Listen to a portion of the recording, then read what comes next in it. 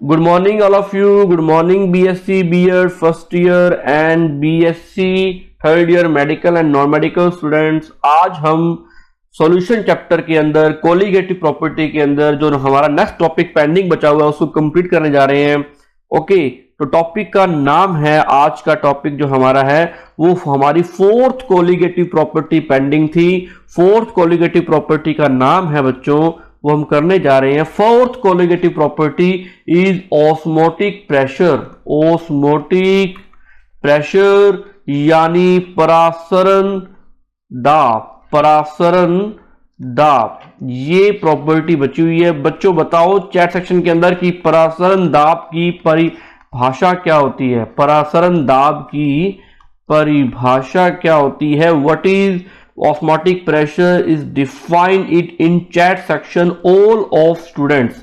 बच्चों आजो सारे फटाफट सभी बच्चे चैट सेक्शन के अंदर बताओ कि ऑस्मोटिक प्रेशर की डेफिनेशन क्या होती है। जल्दी, ऑस्मोटिक प्रेशर क्या होता है, परासरण दाब क्या होता है, हमें इस बात के बारे में पता होना चाहिए। उससे पहले एक टर्म आती है जिसका नाम है सेमी परमिएबल मेम्ब्रेन। क्या नाम है बच्चों? Semi permeable membrane. हमें सबसे पहले सेमी परमिएबल मेम्ब्रेन के बारे में पता होना चाहिए। इसको हिंदी में बात करें तो इसको बोलते हैं अर्धपारगम्य झिल्ली। अर्धपारगम्य झिल्ली, इसके बारे में आपको पता होना चाहिए। सबसे पहले मुझे आप ये बात बताओ कि अर्धपारगम्य झिल्ली क्या होती है। सबसे पहले इसका मतलब देखते हैं बच्चों, इसका मतलब क्या है। एक प्रकार की सेमी परमिएबल को डिफाइन करूं, it is a biological membrane. अपनी जितनी भी बायोलॉजिकल मेम्ब्रेन होती है, it is a biological membrane. यह एक प्रकार की बायोलॉजिकल मेम्ब्रेन है। It is a biological membrane. पहला पॉइंट क्या बनता है इसको डिफाइन करने के लिए? It is biological membrane. उससे पहले इसकी मैं डेफिनेशन लिखूं, मैं उससे पहले इसका मीन समझाता हूं। सेमी का मतलब होता है किसी किसी को, वो किसी किसी को, है ना। अगर डिफाइन करें वर्ड टू वर्ड, किसी किसी को। अगर हम बात करें परमिएबल का मतलब क्या होता है? परमिएबल का मतलब होता है परमिट करती है, किसी किसी को परमिट करती है, किसी किसी को परमिट करती है मेम्ब्रेन के थ्रू। मतलब किसी किसी को परमिट करती है, किसी किसी को छानती है। अगर हम बात करें मेम्ब्रेन को बोले तो मेम्ब्रेन को बोलेंगे छलनी, बोलेंगे छलनी। मतलब होता है छानना, यानी झिल्ली। हिंदी में बोले तो झिल्ली, है ना। मेम्ब्रेन की बात करें तो किसी किसी को अलाउ करती है, किसी किसी को परमिट करती है छानने के लिए, छलने के लिए, तो किसी किसी को जाने देती है। मैं एग्जांपल देता हूं आपको। हमारी जो भी हम चाय बनाते हैं, तो चाय जब भी हम चाय बनाते हैं, कप ऑफ टी बनाते हैं, तो हम क्या करते हैं कि चाय पत्ती को छानने के लिए हम छलनी का यूज करते हैं। तो उस छलनी में क्या होते हैं कि जो पार्टिकल उस चाय के अंदर होते हैं बड़े बड़े, वो पार्टिकल जो साइज में, जिसके molecules big particle size, larger size होता है, वो तो छलनी के अंदर छन जाते हैं, यहां पर वो रह जाते हैं। और जो वो पार्ट क्या होते हैं, ये छलनी परमिट करती है, जिसका साइज क्या होता है, छलनी के जो यहां पर पोर्स होते हैं, छेद होते हैं, उनसे इसका साइज छोटा होता है। वो क्या हो जाते हैं, उसको ये परमिट करती है, अलाउ करती है। तो it is a semi permeable membrane. The best example of the semi permeable membrane का अर्धपारगम्य झिल्ली का सबसे अच्छा उदाहरण मिलता है। जब आप चाय बनाते हो तो छलनी के द्वारा जब चाय छानते हो, तो वो किसी किसी को अलाउ करती है, किसी किसी पार्टिकल को जाने देती है, लेकिन सभी पार्टिकल्स को जाने नहीं देती। एग्जांपल दे तो चाय पत्ती को वो छनने नहीं देती, और बाकी जितने भी उसके अंदर मॉलिक्यूल्स होते हैं टी वाले, वो सोल्यूट और सॉल्वेंट दोनों के जो मॉलिक्यूल्स होते हैं, सॉल्यूशन के मॉलिक्यूल, जो लिक्विड मॉलिक्यूल होता है, जिसका साइज छलनी के पोर से छेद से छोटा होता है, स्मॉल होता है, उसको ये अलाउ कर देती है। तो किसी किसी को अलाउ करने वाली, परमिट करने वाली छलनी को या झिल्ली को या मेम्ब्रेन को, है ना, जो परमिट करती है, जो कि परमिट करती है, उसको बोलते हैं सेमी परमिएबल मेम्ब्रेन, अर्धपारगम्य झिल्ली। इसका मतलब एक सेकंड पॉइंट निकल के आ गया, एक डेफिनेशन का सेकंड पॉइंट निकल के आ गया। इट इज ए अगर हम बात करें सेकंड पॉइंट की, तो इसका मतलब ये है कि it is selective in nature, यह चयनात्मक प्रकृति की होती है, चयनात्मक प्रकृति की होती है, सिलेक्टिव नेचर की होती है, यानी किसी किसी को जाने देती है। यह जैविक झिल्ली है ना। It is a biological membrane and it is a selective in nature and ये इसकी एक प्रकार की जैविक झिल्ली, it is a biological membrane and जो कुछ अणुओं व आयंस को अपने होकर पार जाने देती है। इसका मतलब ये सब मॉलिक्यूल्स एंड आयंस, यानी कुछ अणुओं या कुछ आयनों को ही परमिट करने के लिए अलाउ करती है कि तुम भाई पार हो सकते हो, तुम उससे पार जा सकते हो। तो थर्ड पॉइंट ये बन गया, जबकि किसी अन्य पार्टिकल्स को नहीं, ये सब मॉलिक्यूल्स को ही अलाउ करती है, सब मॉलिक्यूल्स को अलाउ करती है पार जाने के लिए, यानी ये कुछ अणुओं या आयनों को ही अपने से पार होने देती है और इसी को ही बोलते हैं सेमी परमिएबल मेम्ब्रेन। तो ये 3 पॉइंट से मिलकर के डेफिनेशन डिफाइन होगी कि सेमी परमिएबल मेम्ब्रेन का क्या मतलब है। Semi permeable, it is a biological membrane, it is selective in nature and only in this membrane, via membrane, only some molecules and ions are permit to allow the particles to for permit, यानी उसे पार जाने देती। यह एक प्रकार की जैविक झिल्ली है जो कुछ ही आयनों को, कुछ ही अणुओं को अपने में से पार होने देती है। इसकी प्रवृत्ति चयनात्मक होती है, इसे ही अर्ध पारगम्य झिल्ली या सेमी परमिएबल मेम्ब्रेन कहते हैं। इसकी डेफिनेशन आपको और लिखवा दूंगा, लेकिन ये मैंने सिंपल वर्ड्स में इसकी डेफिनेशन लिखवाई है। अगर हम सॉल्यूशन की बात करें, अगर इस झिल्ली में से हम सॉल्यूशन के मॉलिक्यूल्स को, सॉल्यूशंस को हम छाने, सॉल्यूशंस को अलाउ करें, तो सॉल्यूशंस में सिर्फ और सिर्फ ये सॉल्यूट के पार्टिकल को क्या करेगी, अलाउ नहीं करेगी, परमिट नहीं करेगी, उसके अंदर जाने नहीं देगी, सिर्फ और सिर्फ सॉल्वेंट के मॉलिक्यूल्स को ही ये अलाउ करेगी। ऐसा क्यों होता है, आगे बात करने जा रहे हैं, है ना। इसकी एग्जांपल करें तो जानवरों की, जितने भी एनिमल्स होते हैं ना, उनकी जो स्टमक होती है, उसकी मेम्ब्रेन जो होती है, स्टमक की मेम्ब्रेन, किसकी मेम्ब्रेन, एनिमल्स के स्टमक की मेम्ब्रेन, यानी एनिमल्स, जानवरों के आमाशय की झिल्ली, इसका एग्जांपल हो गया stomach membrane of the animals.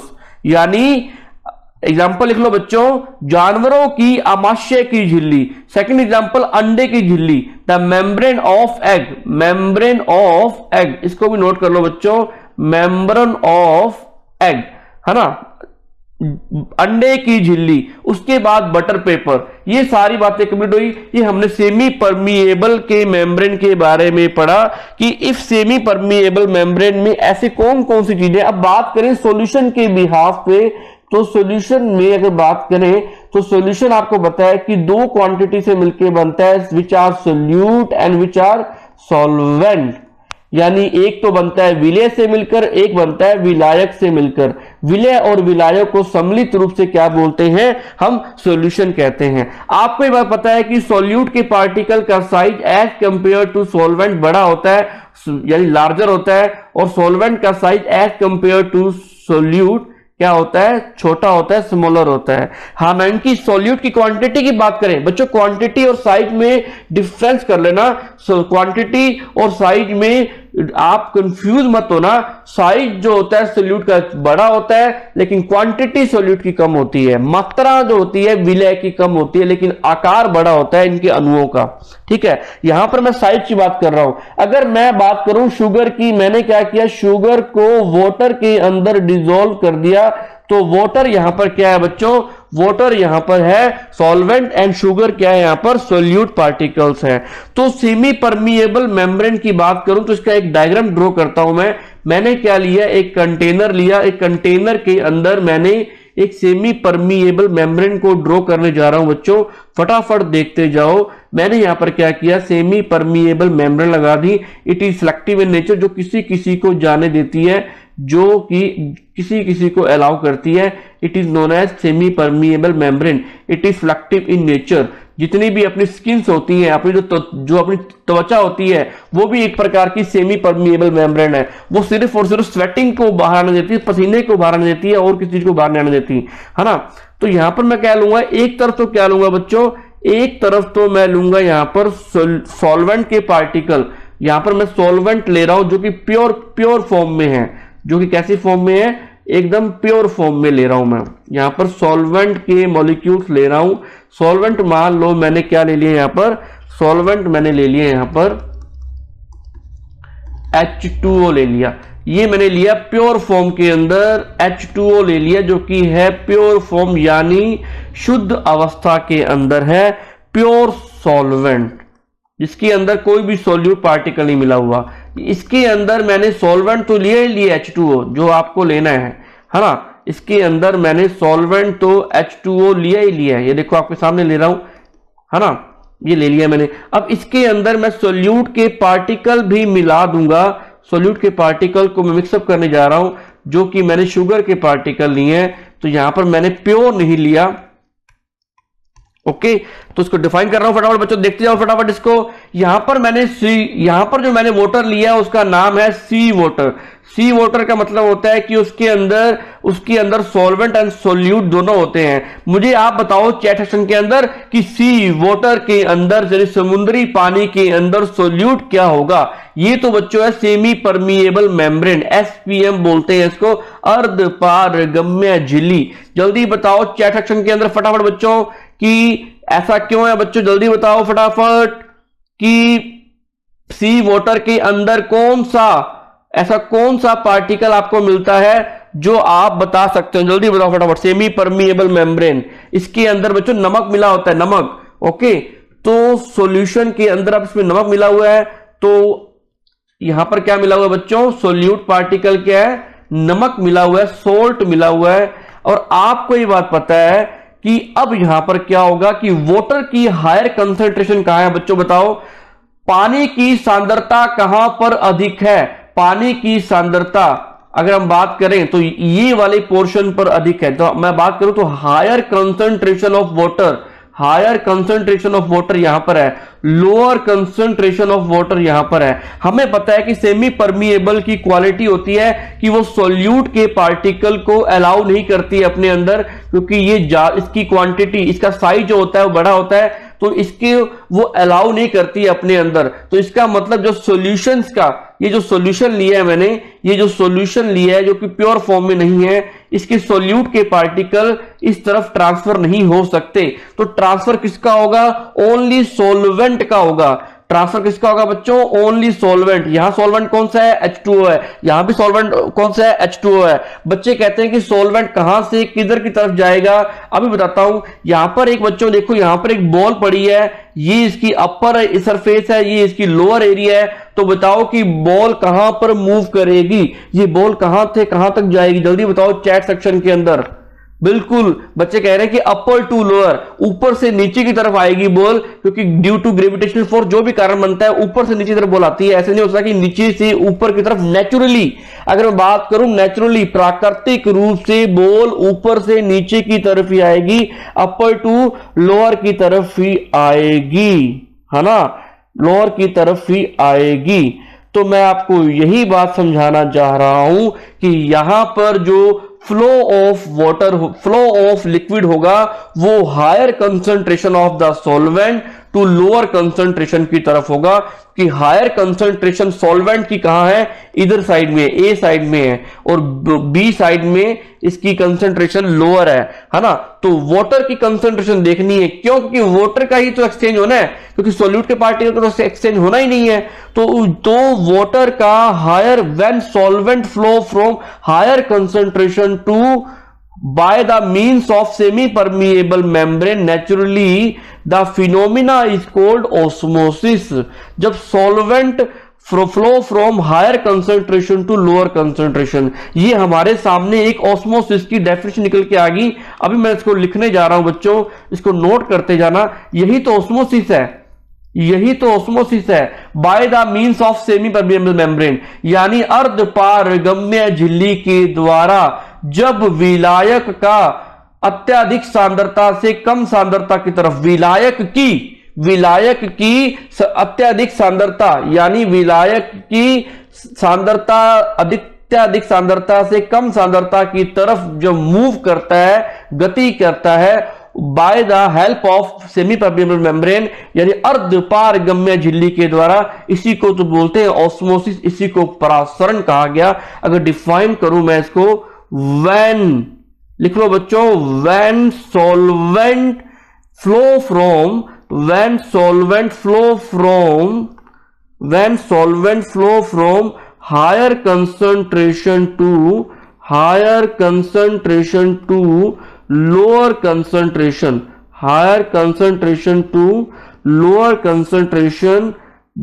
by the means of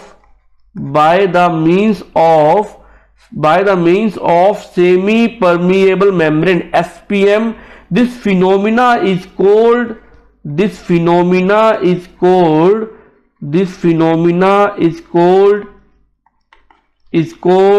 क्या बोलेंगे बच्चों इसको, ओस्मोसिस। इसी को ही परासरण कहते हैं। हिंदी में भी बच्चों नोट कर लो, जब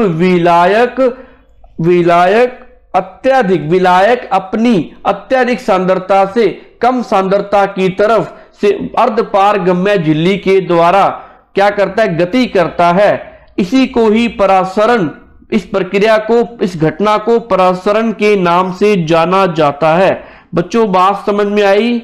सेमी परमिएबल मेम्ब्रेन की हेल्प से हमें सबसे पहले कुछ नहीं किया, हमने सॉल्यूशन लिया, सॉल्यूशन के अंदर सॉल्यूट होते हैं एंड सॉल्वेंट होता है। हमेशा सेमी परमिएबल मेम्ब्रेन जो होती है वो सिलेक्टिव इन नेचर होती है, वो सॉल्यूट को अलाउ नहीं करती अपने अंदर से, सिर्फ और सिर्फ सॉल्वेंट को अलाउ करती है। एक तरफ मैंने ले लिया सॉल्यूशन, एक तरफ ले लिया मैंने प्योर सॉल्वेंट, है ना। सॉल्वेंट के अंदर वाटर कंटेंट ज्यादा था और सॉल्यूशन के अंदर सॉल्वेंट कैरेक्टर जो था वो कम, क्योंकि सोल्यूट के पार्टिकल आ गई, सोल्यूट के पार्टिकल को इधर ट्रांसफर होंगे नहीं, तो automatically naturally the higher concentration of water flow from higher to lower concentration of water naturally by the help of semi permeable membrane. It is phenomena is known as osmosis. It is called osmosis. इसे परासरण कहा जाता है। Naturally flow of solvent from higher concentration to lower concentration is called osmosis. इसी को तो क्या बोलते हैं अपने, इसी को बोलते हैं अपने, अगर हम बात करें, एक लाइन और ऐड करूं तो आप भी साथ साथ ऐड करते जाना, सेकंड लाइन और ऐड कर देना इसकी डेफिनेशन में। naturally flow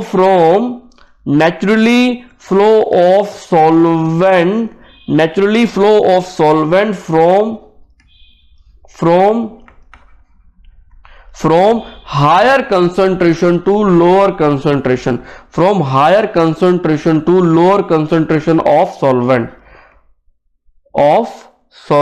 through solvent. It is called osmosis. इस फिनोमिना को क्या बोलते हैं, ओस्मोसिस कहा जाता है, ओस्मोसिस। ओके, नोट कर लो। यानी प्राकृतिक रूप से विलायक का अपनी अत्यधिक सांद्रता से, यानी उच्च सांद्रता से निम्न सांद्रता की तरफ, उच्च सांद्रता से निम्न सांद्रता की तरफ बहना, गति करना सॉल्वेंट का, है ना। It's cold osmosis. इसको ही परासरण दाब कहा जाता है ना, उच्च सांद्रता से निम्न सांद्रता की तरफ। ये बात हुई। अब बात करें, ये चीजें नेचुरली फ्लो कर रही हैं। आपको बताया कि मैंने क्या ली थी, एक सेमी परमिएबल मेम्ब्रेन ली थी, और ये नेचुरली फ्लो कर रहा है higher concentration to lower concentration. ये हायर कंसंट्रेशन थी, ये इसकी लोअर कंसंट्रेशन है, ये इसकी उच्च सांद्रता थी, ये निम्न सांद्रता है। हमें ये बात पता है कि हमारा क्या हो रहा है, हमें यहां पर कौन सा वाटर है, ये सॉल्टी वाटर है। सॉल्टी वाटर का मतलब होता है सी वाटर है। क्या बच्चों बताओ फटाफट चैट सेक्शन के अंदर, क्या हम सॉल्टी वाटर को पी सकते हैं? क्या हम सॉल्टी वाटर को पी सकते हैं? ये हमारा प्योर वाटर है। हमारा नुकसान हो रहा है बच्चों, सबसे बड़ा नुकसान क्या हो रहा है कि प्योर वाटर जो है वो ट्रांसफर हो रहा है सॉल्टी वाटर की तरफ, और सॉल्टी वाटर जो होता है, सी वाटर जो होता है, उसको हम पी नहीं सकते। क्यों नहीं पी सकते? क्योंकि हमारी बॉडी के लिए हार्मफुल होता है। तो हमारा सबसे बड़ा नुकसान क्या हो रहा है, ओस्मोसिस के कारण प्योर, जो हमारा प्योर वाटर था उसमें क्या हो रही, कमी हो रही है। तो ऐसा क्या करें कि हमारा जो हमारा जो ये जो प्योर वाटर है इसका ट्रांसफर ना हो सोल्टी वाटर की तरफ। ये देखो आपने अभी दिखाया कि ये फिनोमेना दिखाया कि यहां पर जो हो रहा है ट्रांसफर हो रहा है, किसका ट्रांसफर हो रहा है, सॉल्वेंट का, प्योर सॉल्वेंट का, H2O का ट्रांसफर हो रहा है। इसको रोकना चाहता हूं तो मैं क्या करूं बच्चों, मुझे चैट सेक्शन के अंदर बताओ फटाफट कि मैं ऐसा क्या प्रक्रिया करूं कि ये चीज ना हो, ऐसा क्या हम फिनोमेना बनाएं कि ये चीज ना हो। बच्चों जल्दी बताओ फटाफट। हमें ऑस्मोसिस को रोकना पड़ेगा। ऑस्मोसिस को रोकने के लिए क्या अप्लाई करें बच्चों, जल्दी बताओ चैट सेक्शन के अंदर। हमें ऑस्मोसिस को रोकने के लिए परासरण प्रक्रिया को रोकने के लिए हमें बच्चों क्या करना होगा, जल्दी चैट सेक्शन के अंदर बताओ फटाफट, जल्दी चैट सेक्शन के अंदर बताओ कि हमें क्या करना होगा। चैट सेक्शन के अंदर बताओ फटाफट हमें कि इसको क्या करना होगा, फटाफट इलेबोरेट करो। बिल्कुल शाबाश, बच्चे बोल रहे हैं कि सर हमें यहां पर एक ऐसा pressure on the surface of liquid exert करना होगा, P फॉर प्रेशर एक्सर्ट करना होगा, ताकि ये ऑस्मोसिस वाली प्रोसेस, ये जो परासरण वाली प्रक्रिया जो है वो रुक जाए। बच्चों ये डायग्राम बना रहे ना आप, डायग्राम बड़ा इंपॉर्टेंट है। तो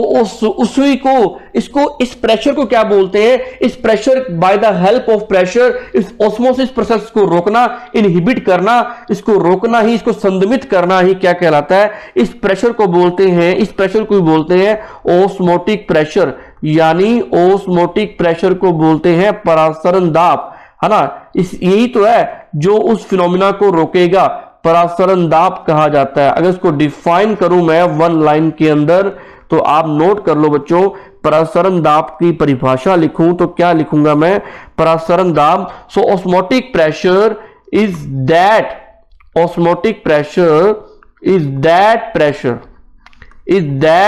pressure that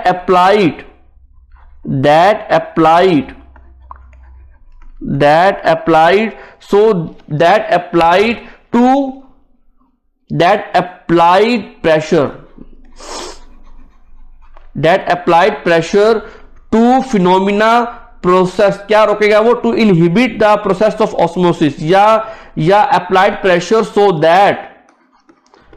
that osmosis process. बच्चों बने रहो, सारे बच्चों को बोलो क्लासों में आया करो, ये वीडियो ऑलवेज सेव रहेगी। सो दैट ऑस्मोसिस प्रोसेस स्टॉप्स,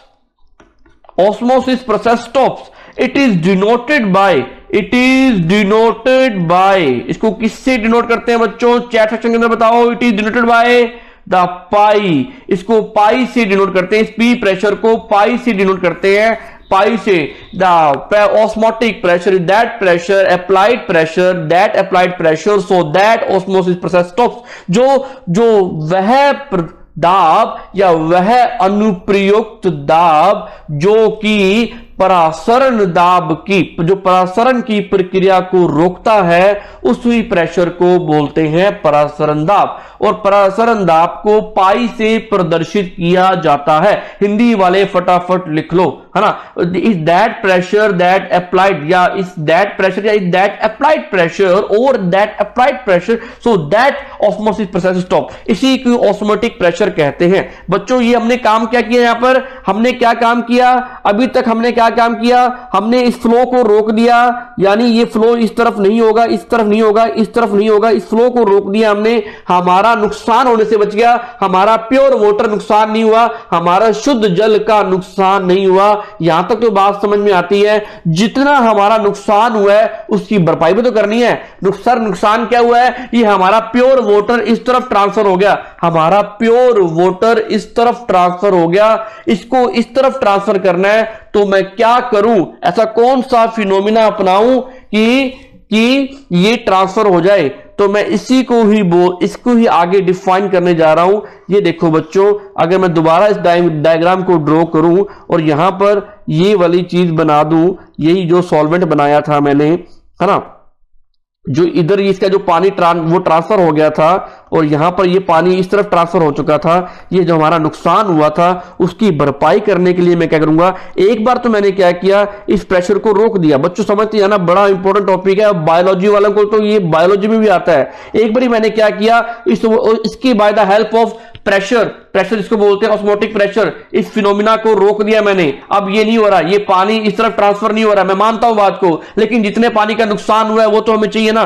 तो अब हम क्या करेंगे, इस फिनोमिना को क्या बोलते हैं, उससे पहले बोलने से पहले मैं क्या करूंगा, व्हेन, अब मैं क्या करूंगा कि ज्यादा प्रेशर लगाऊंगा, पाई से ग्रेटर देन पाई। अब मैं प्रेशर जो लगाऊंगा वो ग्रेटर देन पाई होगा। क्यों? क्योंकि मुझे इस वो जो यहां पर वाटर यहां से ट्रांसफर होकर यहां आया, मुझे इस तरफ लेके जाना है वापिस। क्यों? क्योंकि वो प्योर वाटर है, प्योर वाटर आगे हमारे पास पानी नहीं पीने के लिए, तो मुझे पानी को ट्रांसफर करना है, तो मुझे प्रेशर ज्यादा लगाना पड़ेगा। अब मैं प्रेशर ज्यादा लगा रहा हूं, है ना, P greater than to pi, है ना। तो व्हेन अप्लाइड प्रेशर, जो अप्लाइड प्रेशर है, when applied pressure more than osmotic pressure, यानी P greater than pi. When, definition लिखते जाओ बच्चों, डेफिनेशन आ रही है, when applied pressure more than osmotic pressure, then solvent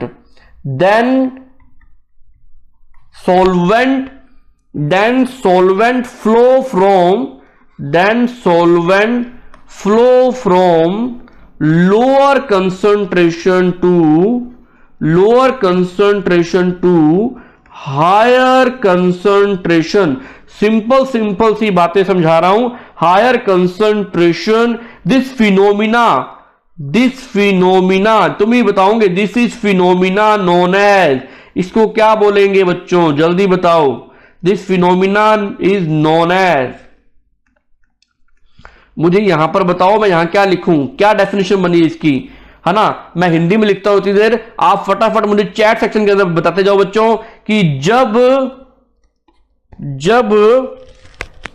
क्या होता है कि आप क्या कर रहे हो, जब प्रयुक्त दाब परासरण दाब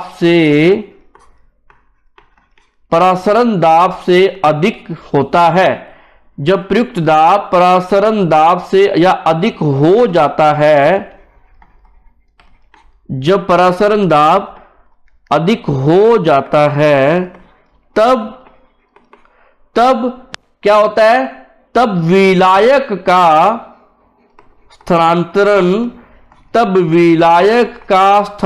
लिखते जाओ बच्चों, विलायक का स्थानांतरण निम्न सांद्रता से उसकी किसकी, विलायक की निम्न सांद्रता से उच्च सांद्रता की तरफ होता है, उच्च सांद्रता